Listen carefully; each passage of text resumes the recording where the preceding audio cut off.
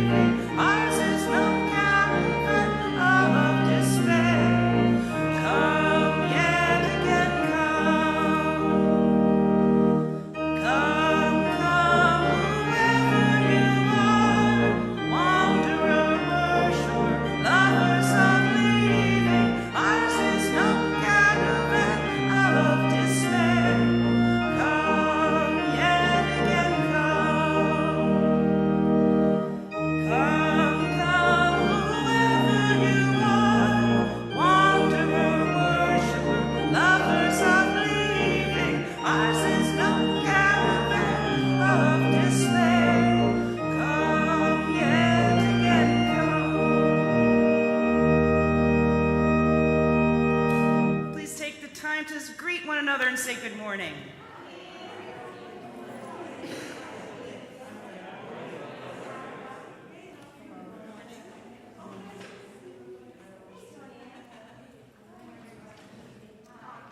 And please remain standing as you return to your seats. We will read together, recite together our covenant, which is printed in your order of service. We come together as a religious community, upholding freedom of conscience, right relationship, and the inherent worth of all people. We value our diversity and pledge to care for one another in the spirit of compassion, to speak and listen to each other with respect, and to promote justice and kindness in the world. I will hand this off now to our RE Director, Yasmin Flefle-Vincent.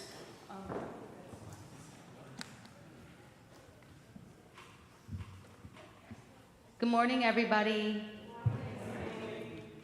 I'm so happy to see so many people here. This is wonderful, and to all of you at home.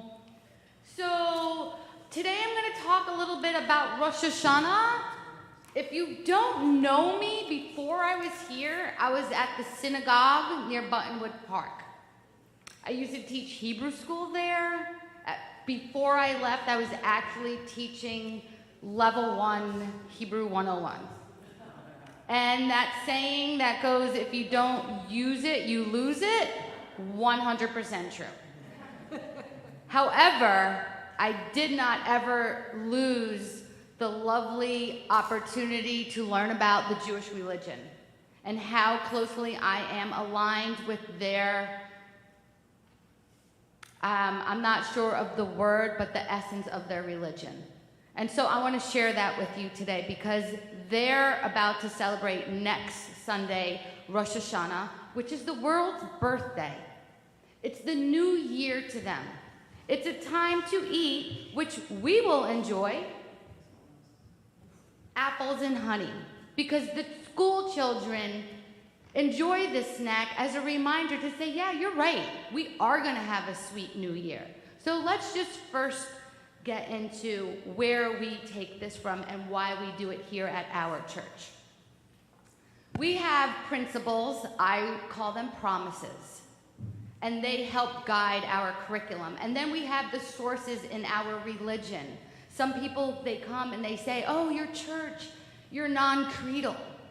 Just because we might not say the Father, the Son, and the Holy Spirit doesn't mean we don't believe. We believe in so much that we each take it and make our own systems. And then we come together to say, yeah, let's be kind. So when we recite our covenant, I'm always saying that to myself. Like when I'm in traffic and I'm like ready to like enrage and I'm like, that's right. just say the covenant and work through this. And so today, I'm going to talk to you about Rosh Hashanah, because here we are, and what a sweet new year. This is from a really great story, but what I like about it is the end, because it's just a little synopsis. So, head of the year, Rosh, head, it's one of the holiest of all Jewish holidays. It is the ultimate. We do New Year's, they do Rosh Hashanah. Basically, it's a time to ask for forgiveness. So when I learned about that and they said it links to Yom Kippur, you can tell anyone that you are sorry for anything you did throughout the year and you are starting fresh with a clean slate. And I was like, I like that. Because there are sometimes I make mistakes and I do things and I wish I didn't do it and I said it, but I didn't mean to say it and it came out. I didn't have the filter. And then I think about it and then I probably stress myself out. Next thing you know, I have like an ulcer. So their religion allows you to apologize and you're forgiven. And it's like you feel good and you're like, okay, great, moving on. So that's what's happening here. And they go to synagogue and then they blow shofar, which is saying like, hey people, pay attention, wake up. What are you going to do this year to make our world and your place the best opportunity to be? So they, and I'm sure if we had a shofar blower, that would happen, because we have blown shofar. I have a feeling our minister might be able to take care of that. Another name for the holiday is also Yom Harat Olam, which is basically the day of the birth of the world. So children would set up birthday parties and like pretend to do all that fun stuff. So I thought, why not bless the apple and say the blessing together, and then we'll go up and begin our little Sunday school. So in your order of service, the Hebrew blessing for basically saying a new year is printed there. So if we could all get to that first part of the order of service, I'm going to hold up the apple, and then we're going to begin with the Baruch Atah part. Everyone good? Okay.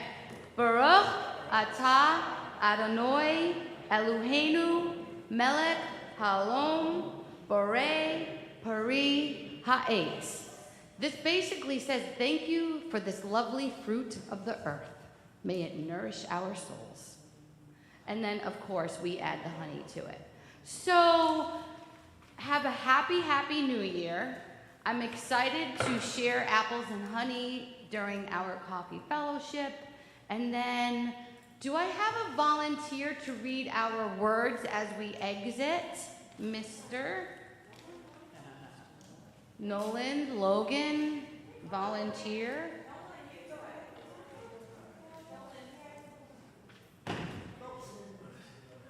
Watch the step when you come out of the pews, just for future reference.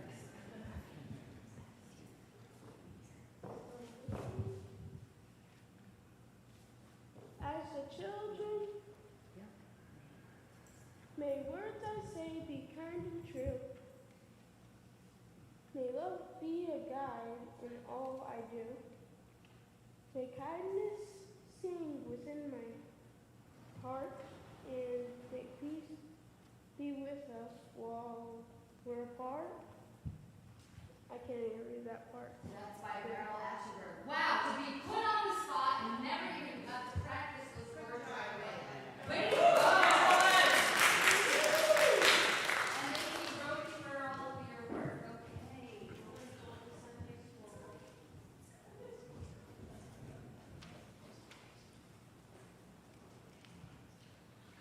All right. Hold on, I just wanted to do a note I wrote myself. Oh, there it is.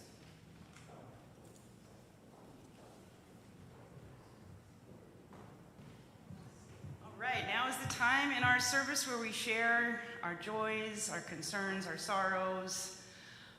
I want to begin. You might have noticed as you were walking in this morning that it looks sort of like it snowed on our front lawn. And that's because we had a lovely wedding here yesterday, Angie and Thomas. And Thomas was our dear friend Gertrude Burr's grandson. So Cornelia, her daughter, was here, of course, so it was sort of a wonderful thing for this church to have Thomas here getting married. And I had no idea when they said, "Can we throw a little confetti?" that's what they meant. But I assure all of you, it is rice paper that will break down as soon as it rains. So we'll just enjoy it for now. So this is a candle of love for Thomas and Angie.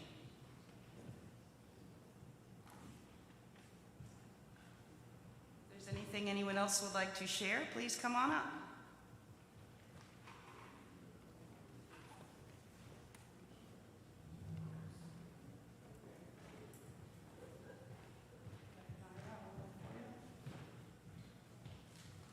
Hi, I'm Ira Carmel, son of Deb and Steve Carmel. They're not here today, I think. Oh, there they are. Oh, hey. How you doing, Dad? Thanks very much for the help with the water heater. Took us a little while. My Aunt Margaret died, and that's very sad. She was fighting COVID. So that's tough. On the other hand, we're moving to Providence, and we bought a lovely new house. And I bought insurance for the house, and then yesterday we got a message, and they said, "We can't insure your house because the roof is screwed up, and there's nothing wrong with the roof at all. But across the street is a barn that used to be part of the property, and its roof is all screwed up." And so I think that the guy came out and said, "Oh, this is all one property." At least it used to be, or he thought it still was. Our realtor said, "I almost got that property across the street included in your deed." I tried really hard, but I couldn't get it for you. But I think the insurance adjuster said, "Oh, that barn is missing all these asphalt shingles. There's no way we can insure this guy's property." At least I hope that's what it is, because I can't see any missing shingles on my roof. So if he saw some, I'd really like to see them. So lots of stuff going on, lots of chaos, movement in the world. But I'll be here now to be with my family. Hooray. Ta-da. So sorry about your aunt. I'm sure that's going to be tough.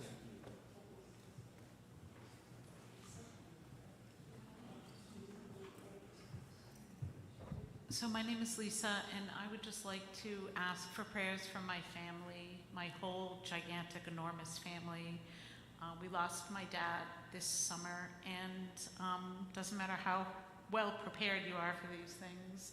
We're all just, he's the oldest of 16, so it's a lot for us to adjust to not having him around and learning to live without our patriarch. So I might not be here as often as I usually am, but I'm still with you here, and I ask for your prayers of support and guidance.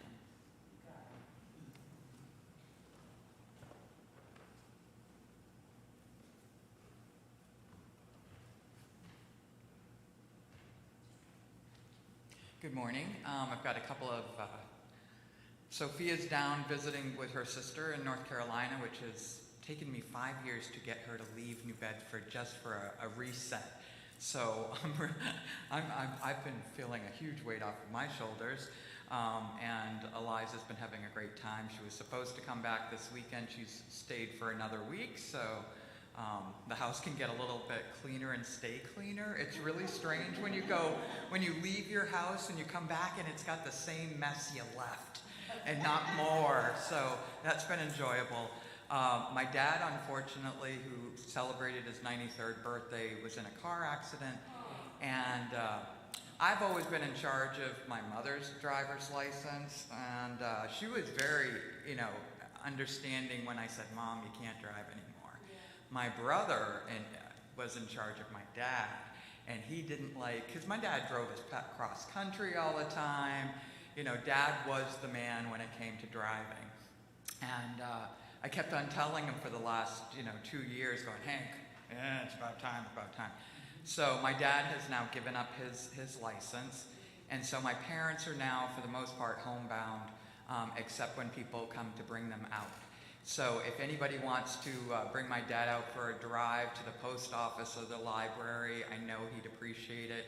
My mom's got a whole run of TriWorks kids that are transporting her around. I still bring them groceries, and Karen helps with everything. You know, my mom called up the other day and said, the gas stove is off. I've called every plumber in the world and nobody can come. And I said, call Karen, she'll know somebody. And of course, it was her husband that came and saved the day. So, you know, it definitely takes more than, our village is always appreciated. And I just thank everybody for offering us so much support during Sophia's cancer. And now she has this monoclonic syndrome. I can't even pronounce that really properly, and it's got like 30 letters. But it's been really scary for us because she just turned 23 this week, and she shouldn't have to be dealing with this when she's got a path in front of her that she's ready to skip down and without falling. So please keep her in our thoughts, and my folks too. And thank you all. Thank you.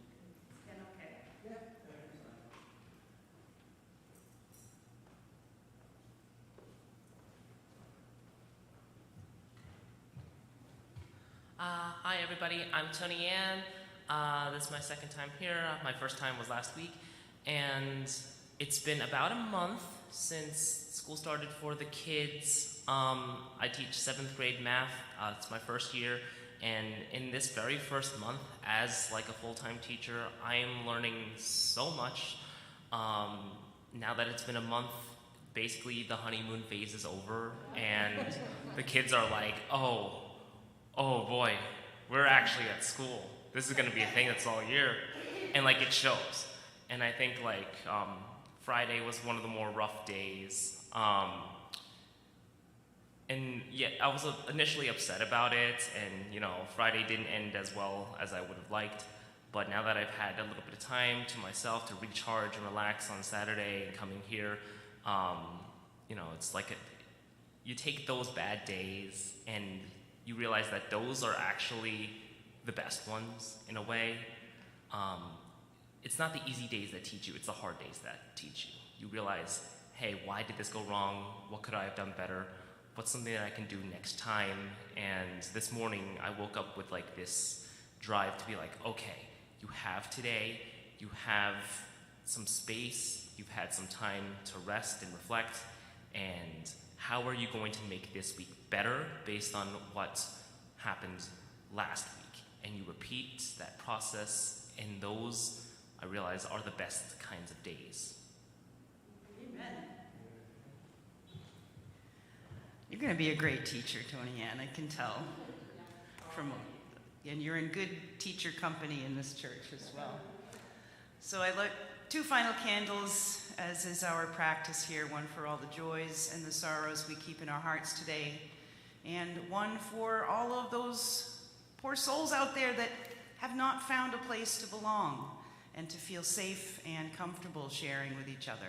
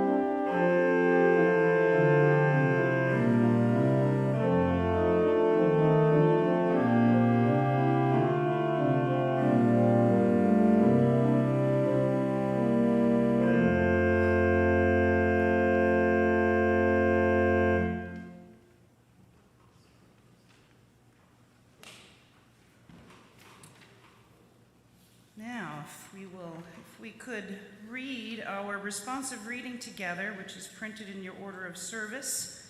I will read the plain type if you will answer with the bold. Your great mistake is to act the drama as if you were alone.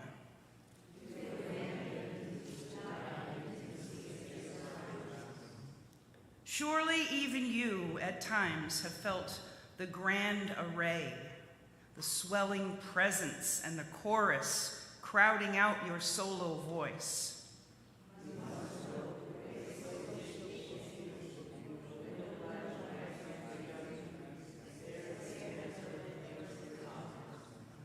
Put down the weight of your aloneness and ease into the conversation.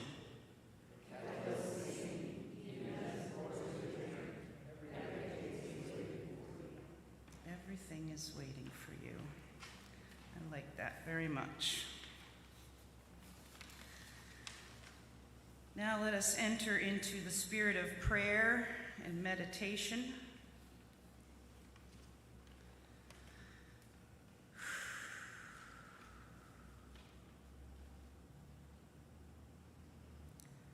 Deepest mystery, never-ending web of all life, that which holds all, be with us.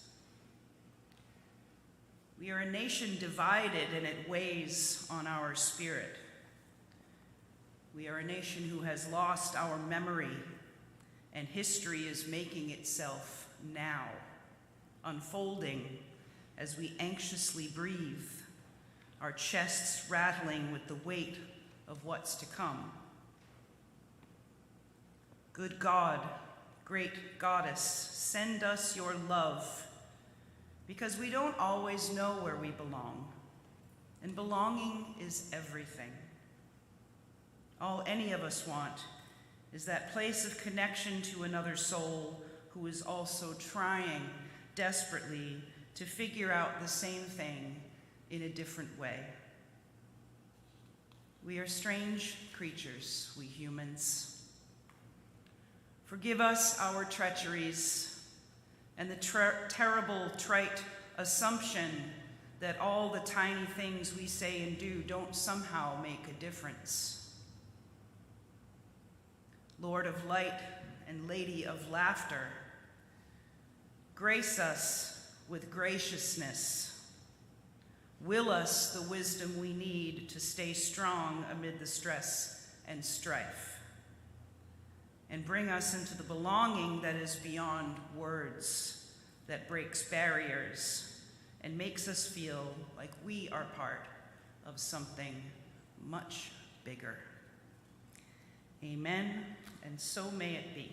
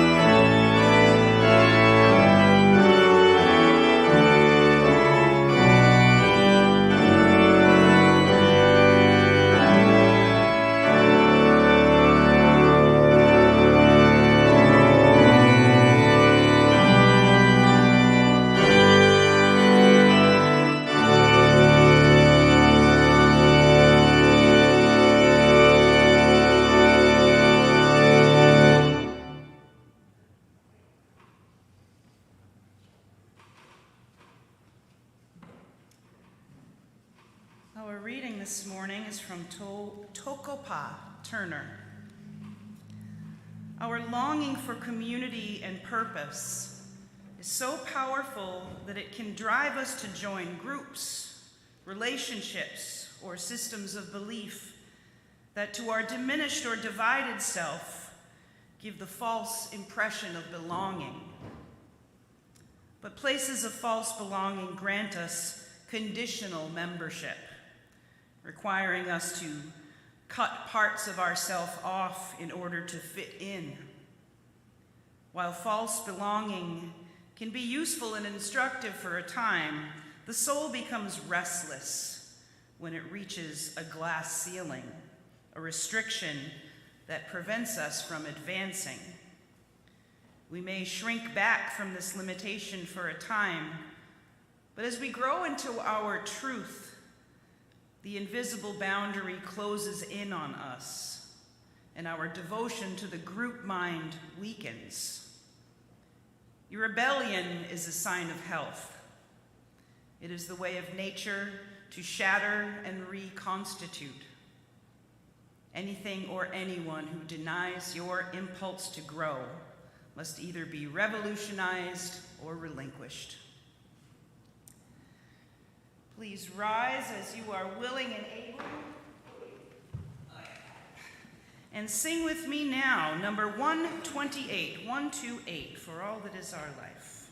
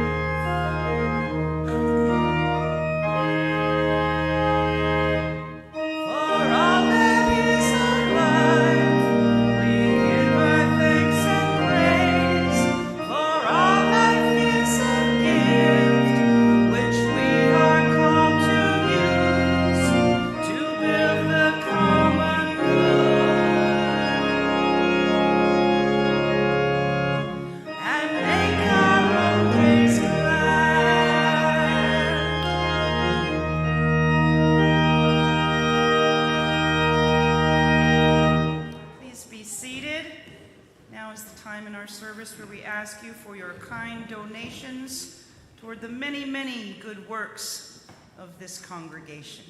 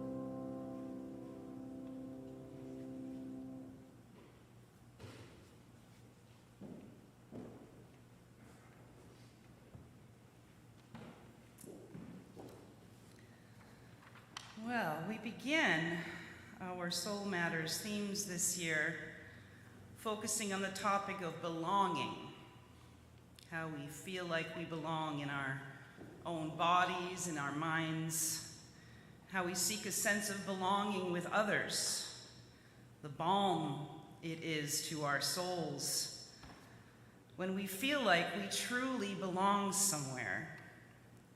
Wanting to belong to something larger than ourselves is built into our DNA. It's what all religions and civilizations are built on. It's what drives us. And it is a spiritual pursuit. It begins with seeking ourselves. Brené Brown, who has done such tremendous research on many difficult topics like shame and vulnerability, has also done some extensive exploration on the topic of belonging. And she says, true belonging is the spiritual practice of believing in and belonging to yourself so deeply that you can share your most authentic self with the world and find sacredness in both being a part of something and standing alone in the wilderness. True belonging doesn't require you to change who you are. It requires you to be who you are. That's a lot to unpack, but let's try. First, I think we have to think about trying to find true belonging as a spiritual practice. And when I think about a spiritual practice, I think about something that we intentionally make a sacred part of our everyday lives. So it has to start with how we belong to the world as a person in our own skin, how we belong to ourselves, how we see ourselves as worthy of belonging. Belonging to ourselves so deeply, she says, that we can share our most authentic selves with the world. A word on the term authentic self. I don't know, maybe it's because it gets so overused, but it has a strange quality to me that makes it feel fixed, as if there's this one elusive self that we need to find, and then all of a sudden everything will fall into place and we'll be able to figure everything out because I now truly know who I am. It doesn't work that way. I guess I like to think of it more in terms of trying to be honest about who we really feel like today in our own minds and our bodies and our spirits, with our own unique approach to dealing with how we are, who we are, which is always in glorious flux. When we're honest with ourselves, we develop the ability to accept who we are right now and to know and expect joyously that something might happen in our story tomorrow that will make us feel different about who we are today and about our place in the world. I don't know about you, but I want the freedom to grow and continue to become, to define myself on my own terms, and to be accepted for who I am and who I have the potential to be as I grow and change. So that leads us down the path of finding sacredness in both being a part of something and standing alone in the wilderness. And those two elements are not necessarily exclusive. I feel very much a part of something bigger than me when I'm standing in the forest. So maybe the point is to be able to come into tune with how we feel when we connect with everything, when we're standing alone in the wilderness, and bring it comfortably into being when we find a group of others who we can be that magnificently changing and growing person with. When that happens, it's a sacred thing. When we feel like we truly belong, It's an honest connection that's made, and we grow with each other because of each other. Brené Brown wraps all these considerations up fairly perfectly, saying true belonging doesn't require you to change who you are. It requires you to be who you are. In other words, forget about trying to fit in. If you have to try hard enough to fit in that it makes you change who you are honestly, then that probably isn't where you belong. You deserve to belong where you can be yourself, your genuine, ever-unfolding self, with people who are growing and love to watch you grow, and where we can all feel comfortable and comfortably uncomfortable in that journey together.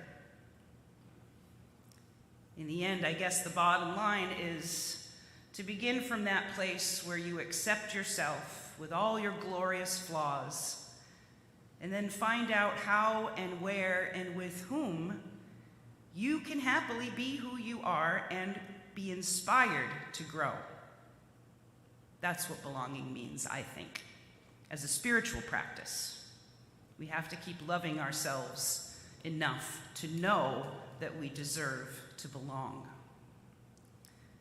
But let's shift for a moment to thinking about how the need for belonging plays out on a more practical level.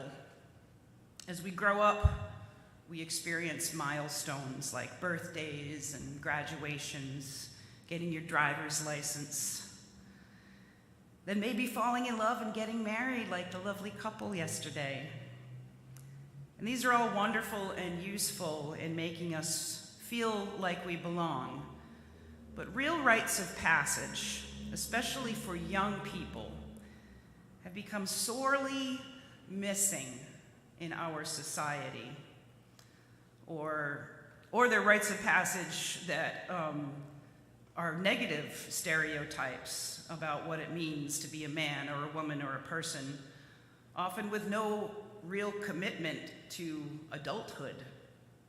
And this is where religion very often plays a role. I know for me, going through the sacraments as a Catholic, as a child, making my first communion and confirmation had a much different quality from a rite of passage, like, say, a birthday.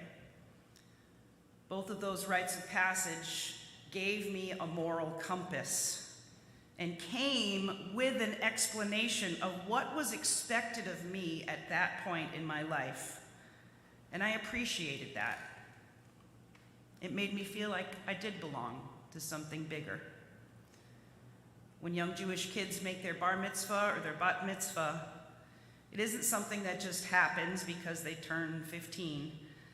They study to understand what it means to be an adult in their faith and in their community, what the responsibilities are that come with being an adult. My kids were raised as little pagan witch boys. But it was important to me that they were given a rite of passage to manhood, and they did that with their cousins. And I know that none of them will ever forget facing those challenges together and being accepted as men of the clan afterward.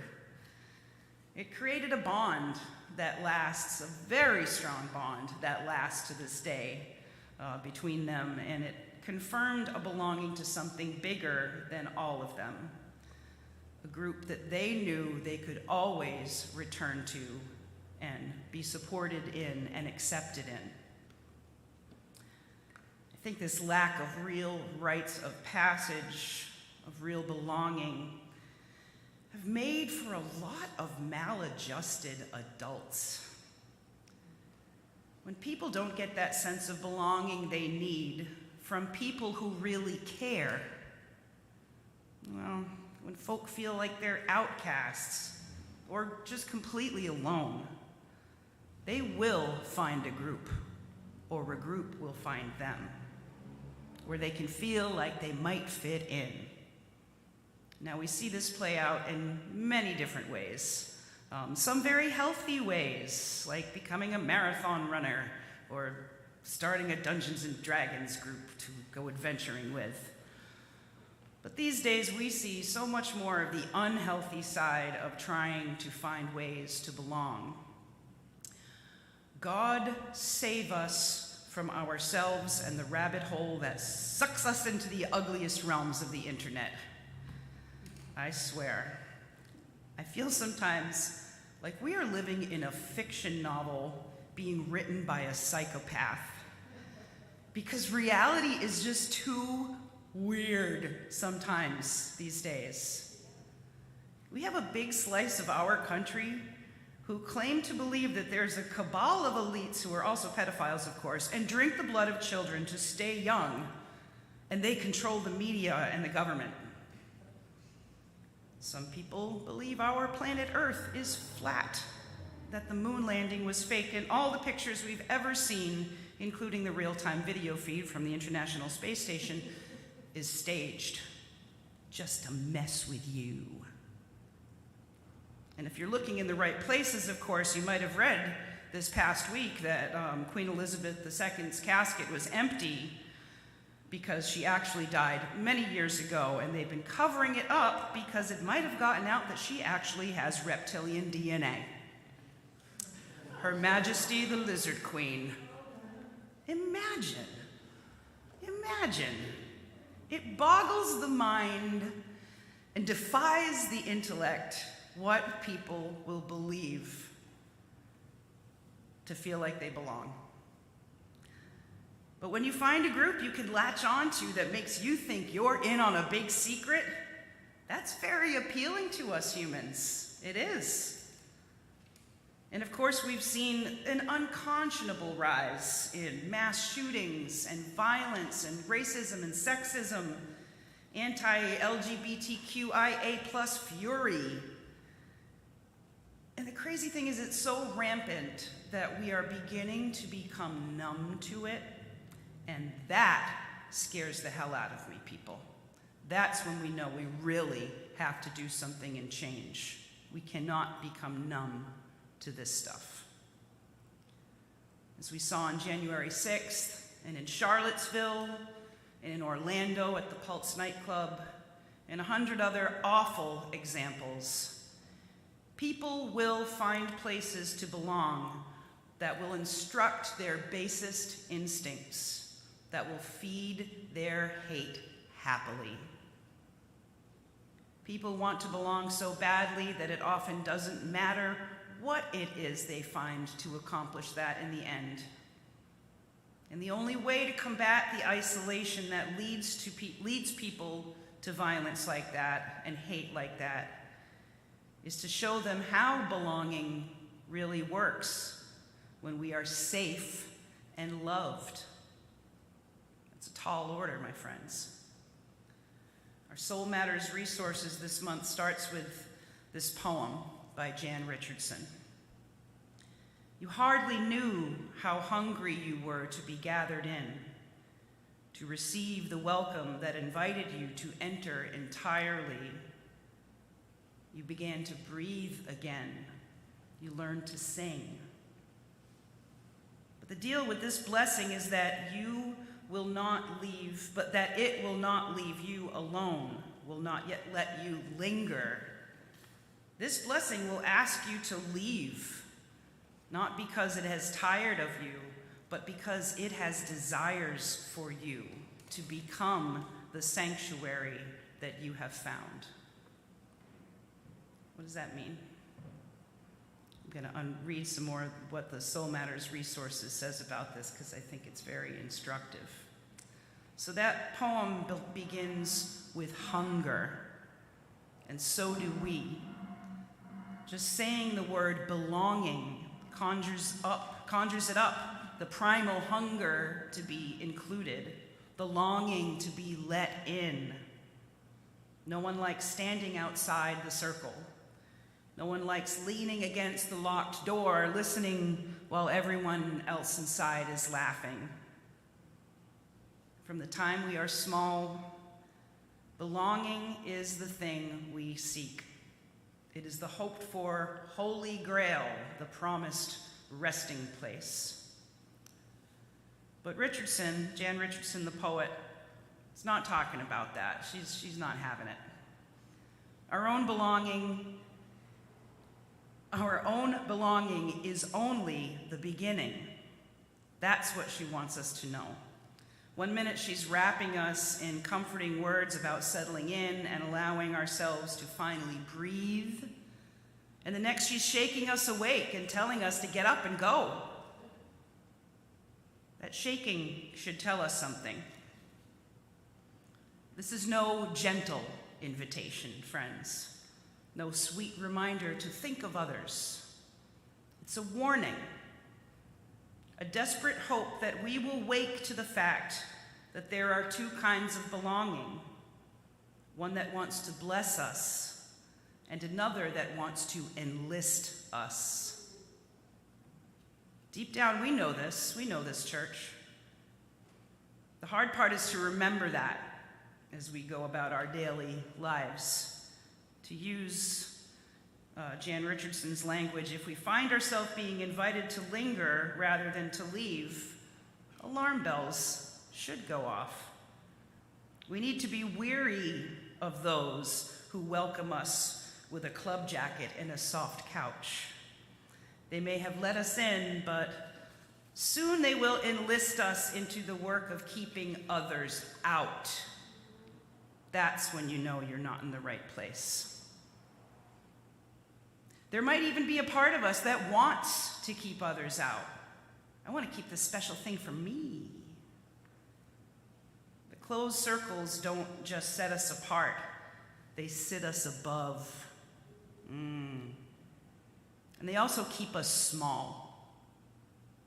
Maybe that's why Jan's blessing is so intent on not leaving us alone. It knows that we only grow when the circle grows. Circles that keep others out also keep the air out, and it becomes suffocating. No one inside a closed circle can really sing. They'll only suffocate slowly. It's all one big reminder that the true blessing of belonging is not that you get to come inside the circle, it's that you get to participate in expanding it. As the circle grows, so do we, church. So do we. So let's take that thought with us today about belonging. We can't solve all the world's problems, but we can intentionally participate in expanding our circle of belonging by offering our growing self to each other, by spreading love and light wherever we go, and by gathering in those who didn't know they had a place where they really could belong. Let this be that place. Let us be those people. Amen, my friends. Amen.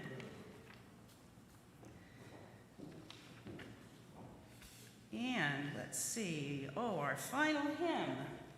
You will find in the teal hymnal, this pretty blue one, number 1028, 1028. Please rise as you are willing and able.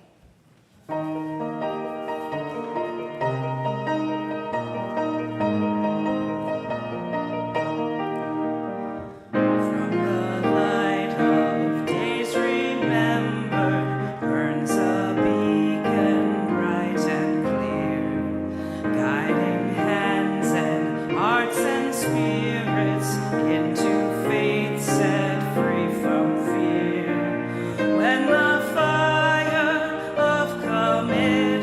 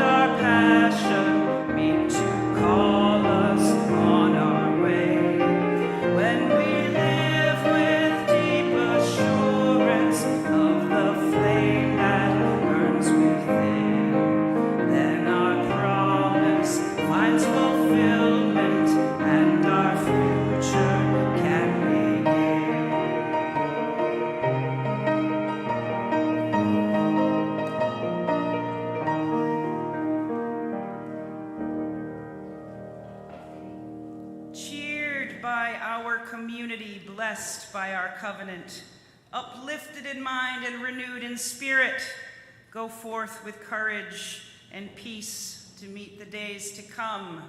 Hold fast, my friends, stay strong. We love you. Live long and prosper. Please wear a name tag so we all know who you are. Come on downstairs and have some coffee with us. Have a great week. And it's good coffee.